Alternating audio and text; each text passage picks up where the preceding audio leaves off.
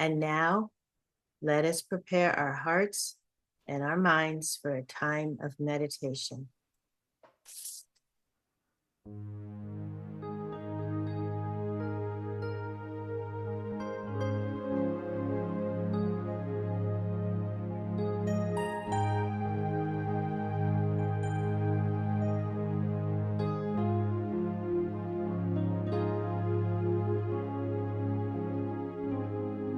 I am open to the world.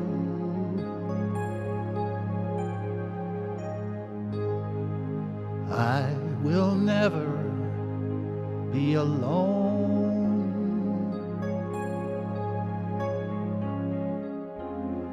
I surrender to my heart.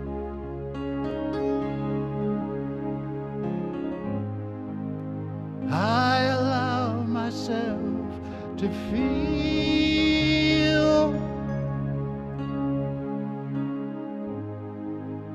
I am open to the world.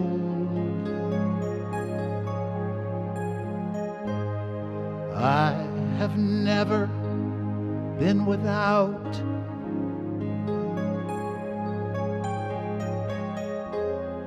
All I need is in me now.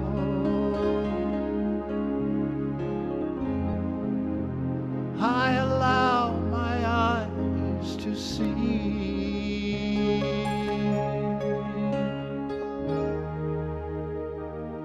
this great reality.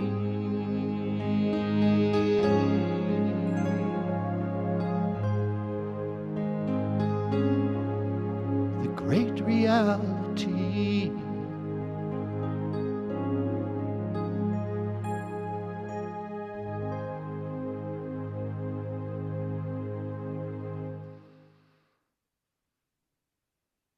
And if you haven't done so already, I invite you to close your outer eyes and rest in this beautiful sacred space.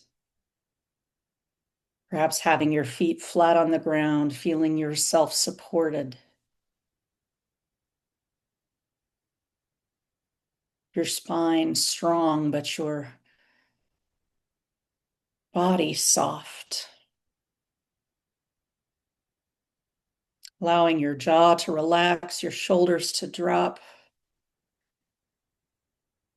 And allow your breath to find its own rhythm.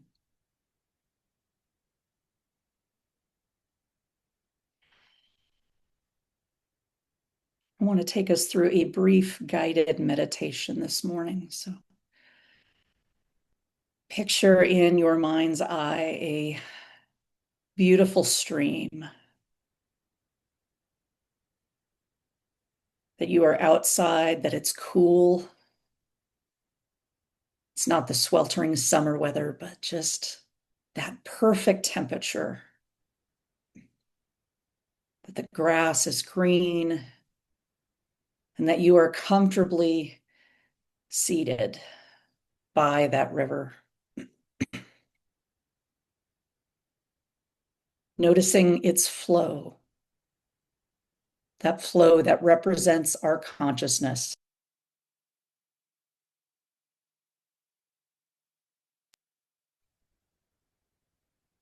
Watching as the water just drifts on by. And you'll notice from time to time leaves that have fallen from the trees, that they're floating down, and think of those as your thoughts. Particularly any thoughts that you would like to let go of. Notice as a leaf comes down, it may represent a thought of fear. And instead of picking up and holding it, allow it to drift on by and let the currents carry it away. Another leaf comes down the stream, and it's anxiety, and you notice it. But just like the other, you too let that pass by. And in between each space of those leaves is nothing but pure flow, pure good. And so we rest in that goodness, even when the leaves pass by.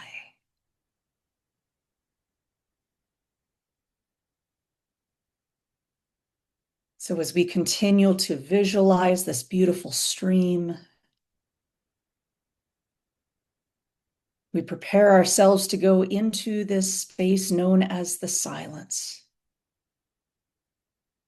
And if in this space, other thoughts come up, maybe to-dos of later or feelings or fears, just let those leaves go and return to that space.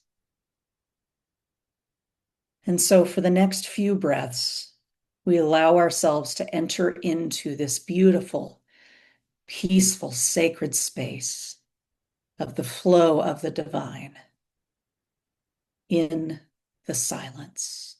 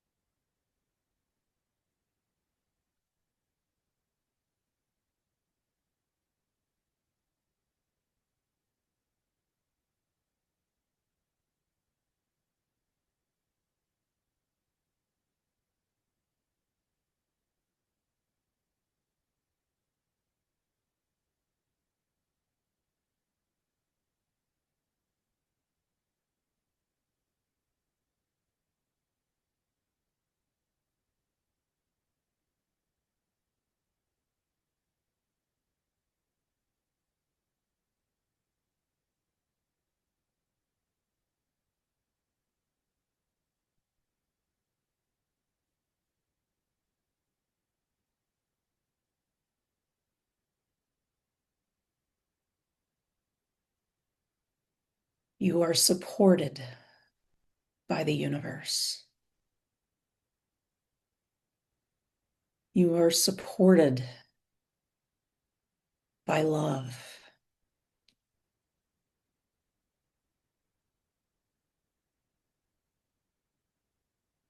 And as our thoughts come and go, as life happens, we can allow ourselves to surrender to this flow, a flow of peace, of whatever it is that we need it to be.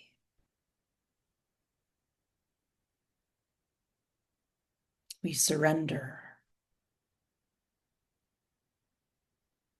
and we trust. And we know that all things are working together for our good.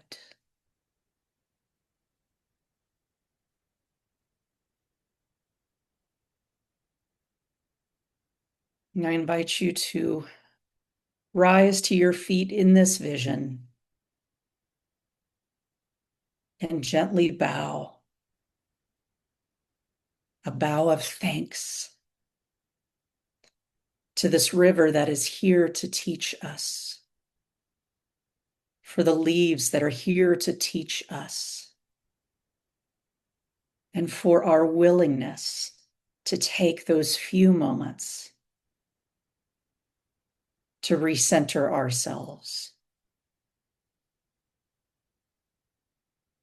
And as we return to this time and space, feeling our feet on the ground, feeling ourselves supported once again, embodied and present. When you're ready, you may open your eyes and feel renewed and restored and home. Namaste.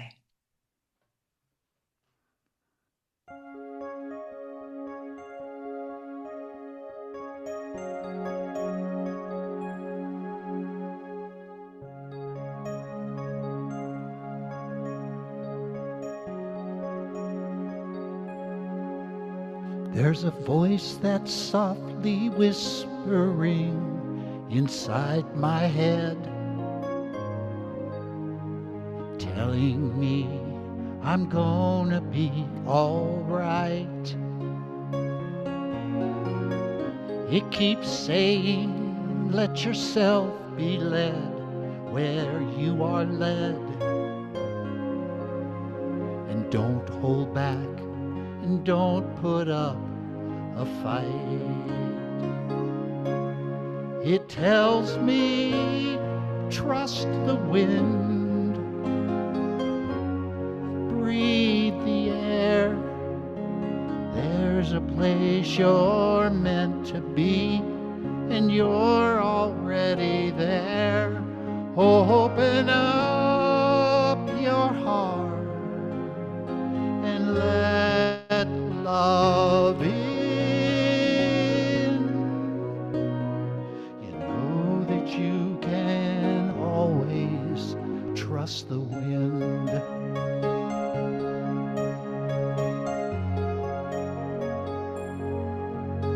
When the world keeps doing things that I don't understand, and I search my soul to find a reason why, in the dark of night I feel somebody take my hand and tell me you don't even have to try, for you can trust the wind and breathe the air. Let know there's helping hands around you everywhere. Open up your heart and let life in. You know that you can always trust the wind. Dreams have wings, thoughts take flight.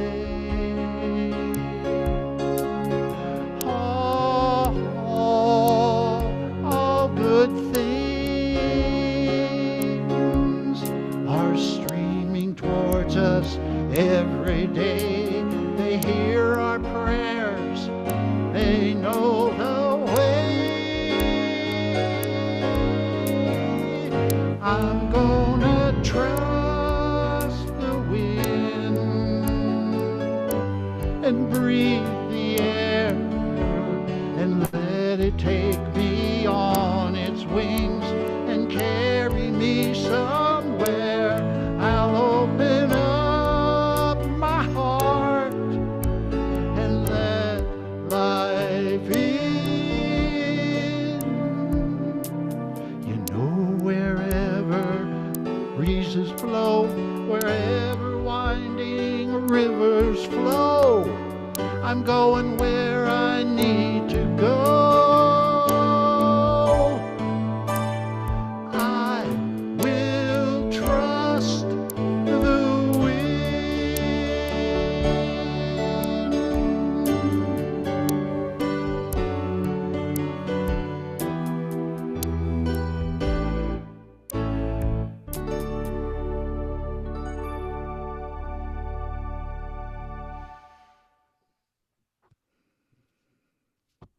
Thank you, David Trolley.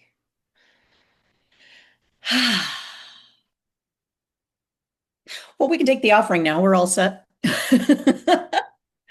I really appreciated the service this morning, as well as the Lessons in Truth series. Has everybody been enjoying this morning? The past few Sundays, we've been working on going through Lessons in Truth with Emily Cady. It's a great book. If you don't have it, I encourage you to get it. I think you can also have it. It's available online for free as well if you want a digital version of it. But just a beautiful book and a fun series of us digging into truth and what truth has for us. And what I love about Emily Cady is that she spells things out so clearly. And right now we're getting into the chapter that talks about examining our thoughts. And so have you ever thought or even caught yourself saying something about yourself that you've said so many times it's almost on autopilot, like you don't even recognize it anymore? Like one thing that I frequently say is, "Oh, I'm terrible with names." And I'm now laughing as we were talking about Marga and Maggie this morning. As we were cracking up with that, I learned her full name here is Maggie, but I can say, "Oh, I'm terrible with names." Or sometimes we can say, "Well, I'm always anxious," or "I never have enough." Or how many, please don't raise your hand, how many have said, "I'm too old," right? Or "I'm not a people person." We toss around those statements as though they're these harmless observations. But what if they're more than observations? What if they're rehearsals? What if every time we speak them, they strengthen we're strengthening this very identity that we are trying to outgrow, that we are trying to let go of? And Emily Cady understood something profound, and she wrote that words aren't magical. The power isn't in the words themselves, but the power is that words direct consciousness. And our consciousness is what shapes experiences. So this morning, we're exploring what it means to speak truth into form. And now we're talking capital T truth. So we're not talking about fantasy or denial, but truth. And just like prayer, affirmations are not about changing God or trying to sway the universe. Sometimes, especially growing up, but I used to think, when I go to approach God in prayer, it's like, is now a good time? Or are you busy? Because I have a couple things. And we don't have to do that in unity. We know that we can speak the truth, and both prayer and affirmations change us. They're not spoken to change God, but to change and transform us. And Emily Cady says we don't affirm truth because truth is absent. Rather, what we do is we affirm truth because we've forgotten. God doesn't need the reminding. God's got this. We need the reminder. And Charles Fillmore said that affirmation is the establishment in consciousness of the truth that is already there. I love that. The truth that is already there. That is authentic living. Not becoming someone else, but remembering who we've always been. Now, if you think of a GPS system, we were just before the service talking about technology, so don't be too triggered here, but think of a GPS system, right? And imagine getting into your car and typing in the wrong destination. Anybody done that before? You decided you're going to go on a side quest instead. But the GPS faithfully guides you to where you put in. It doesn't question it. It doesn't insult you and call you an idiot. Although we might say that to ourselves after we realize we're going to the wrong destination.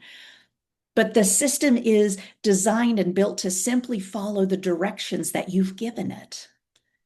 And so our subconsciousness is remarkably similar when we're moving about life and whatever identity it is that we continue to declare. So if we declare, "I'm unworthy, I'm broken, I'm unlucky," whatever that is, our consciousness begins organizing around it. not because it's true, but because we've accepted that. And that is the power of thought. Our third unity principle says that thoughts held in mind produce after their kind. So our thoughts become things and they act as our navigation system. So truth itself is not pretending. And I think this is where some people misunderstand affirmations, in that some people think that affirmations mean pretending that everything is wonderful. So you can say, I'm healthy while ignoring the doctor, or I'm wealthy while avoiding paying the bills, or even saying that you're happy when you're refusing to grieve. And that isn't truth, that is denial.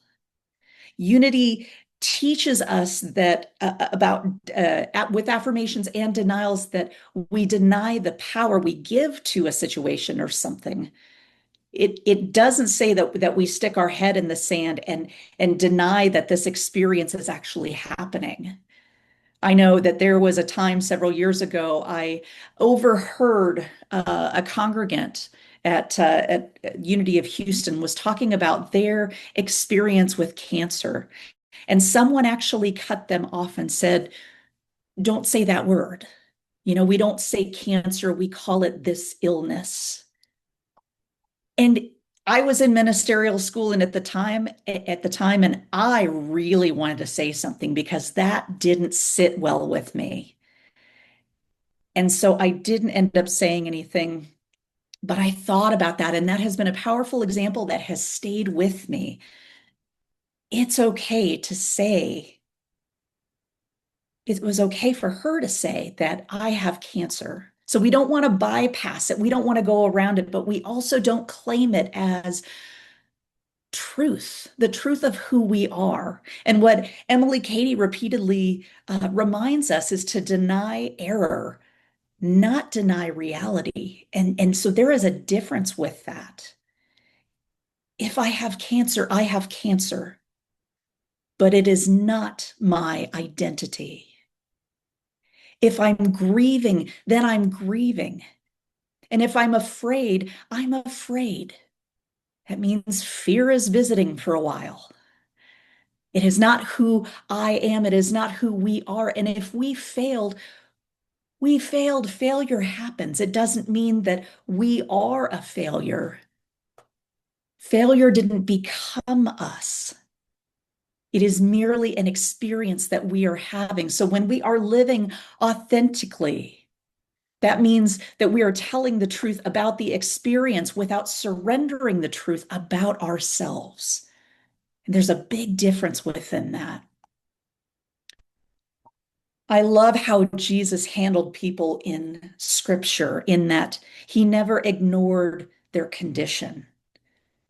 Blindness existed, leprosy existed, loss and famine and hardship, but he always spoke to something deeper because he was able to see beyond the appearances into the identity. So he was able to tap into seeing the divinity in each person, not just stop at the humanity. And he was able to call forth that which already existed within them. And Jesus says in John 6:63, the words that I have spoken to you are spirit and they are life. And you'll notice that Jesus didn't say that the words are merely sounds, but no, that they are spirit, that they carry creative power and they carry authority. Also from the book of Proverbs here, chapter 18, verse 21, it says, death and life are in the power of the tongue. And what that reminds us is to be mindful of what it is that we say. Are we choosing in this moment to build up or tear down? Are we choosing to snuff out or are we choosing to create? But before we even say it, we think it.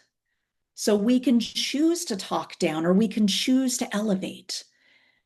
And my question for you is, what experience do you want to have? Because the choice is yours. So choose, and choose powerfully, moment by moment.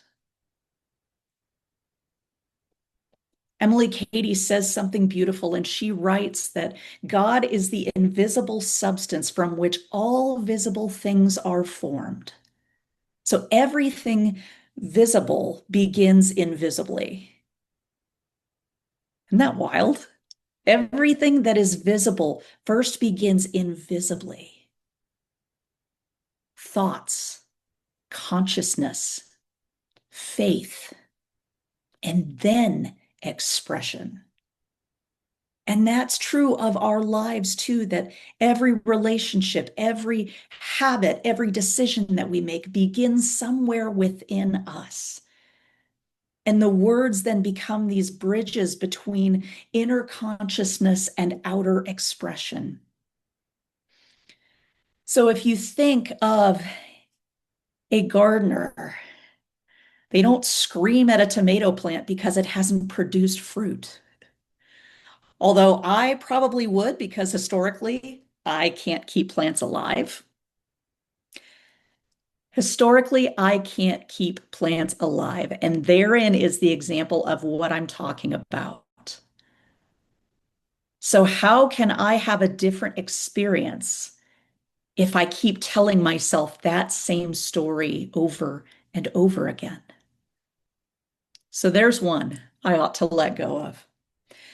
But the gardener, again, doesn't get upset for the plant to get upset by the plant for not producing its fruit. Instead, they change the soil and they water it consistently, making space for the sunlight to come in, removing any weeds that may be hindering its growth. And they trust the process for the plant to do what it is destined to do. And so when we speak affirmations, that is the process of tending to the soil of our consciousness, of catching those leaves that are floating downstream there, that are keeping us stuck. We just allow them to move on, not accumulate in the corner to the point that there is no more flow. But we release that. We step into the sunlight of truth. So we're not forcing fruit. We are not forcing ourselves to be perfect. We are spiritual beings having a human experience, right? And what we get to do is unfold and flower as we do in our own time. And it can be easy to look at someone else and go, well, they are quite abundant. What's going on with me? What's in my consciousness? Don't do that. Lovingly, respectfully, don't do that. Because each of us are on our own path and bearing our own fruit. And that happens when we allow ourselves to nurture those conditions and allow truth to naturally express itself. My mom had a birthday recently, and I highly doubt she is going to watch this talk, but I'm actually going down to surprise her. I'm driving down later this weekend to go surprise her for her birthday. So she's often been on is often on my mind, and so my mom was a very skilled artist. It didn't matter what kind of medium she picked up, she was just good at it.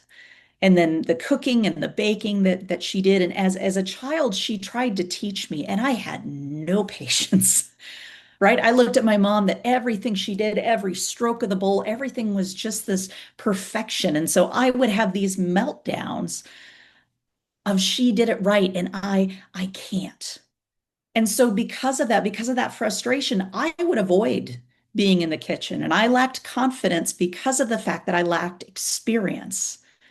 Thus, I experienced the cycle of insanity, right? Doing the same thing over and over again, expecting a different result.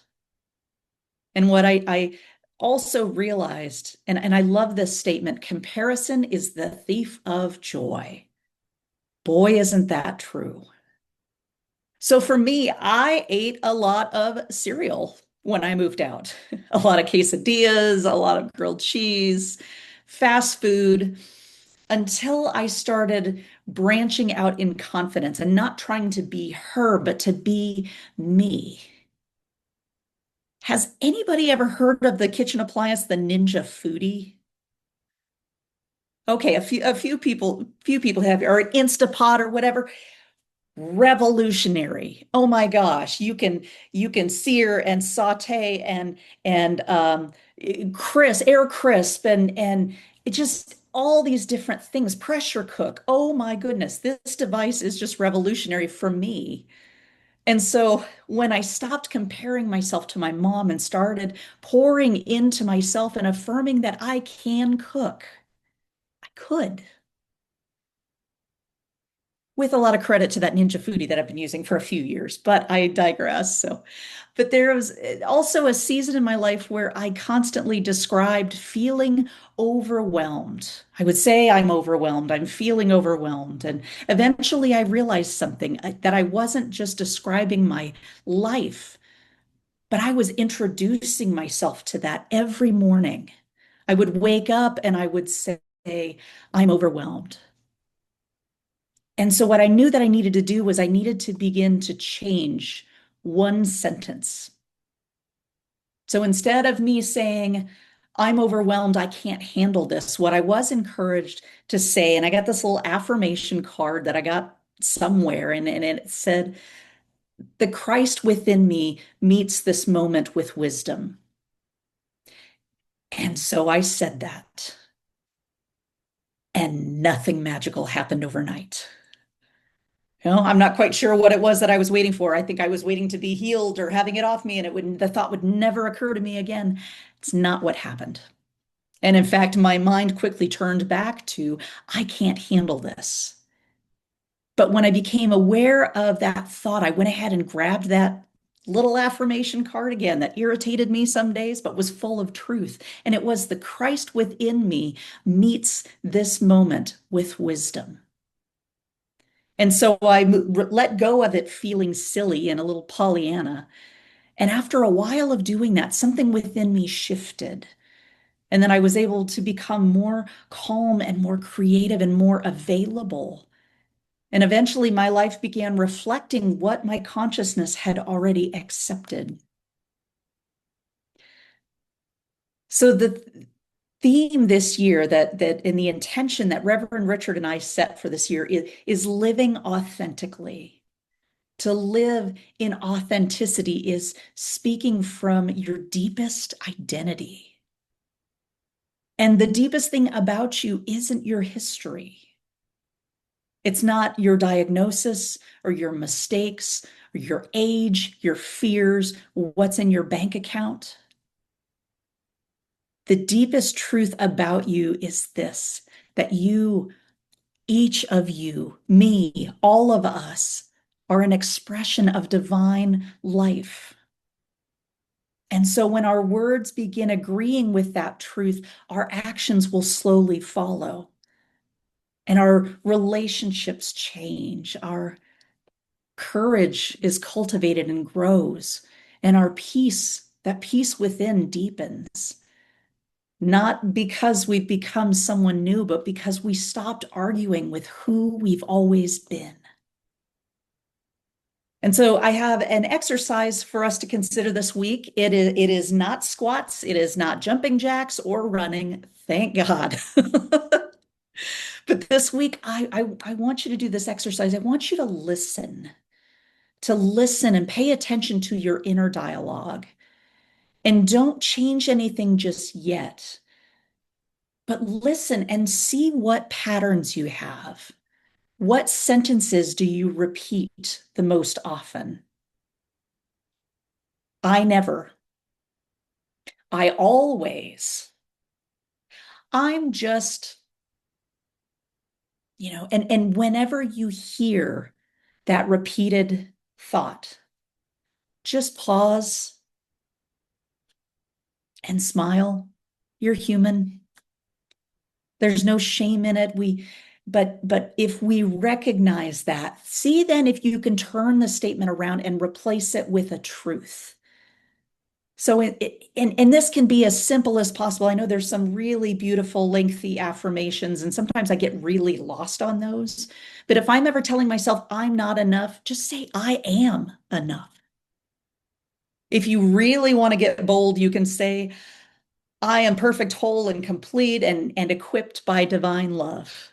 And I know I'm looking around as I say that because I'm trying to actually think of a longer affirmation. And for some of you, that flows very easily. And for me, I got to keep it short. So instead of saying I can't, say that I'm capable. Instead of saying I'm afraid, say that I rest in courage. And little by little, that truth becomes familiar. And what becomes familiar then becomes natural. And so maybe speaking truth into form isn't about changing your future, but remembering your origin, remembering that you came from love, that you were sustained by love, that you were created as love's expression. Truth isn't something you invent, but it's something that you remember. So this week, speak gently and speak honestly and courageously and speak as someone who knows who they are and watch what begins to take form. So, my beloved friends, go forth and be the love and the light that you already are. So it is.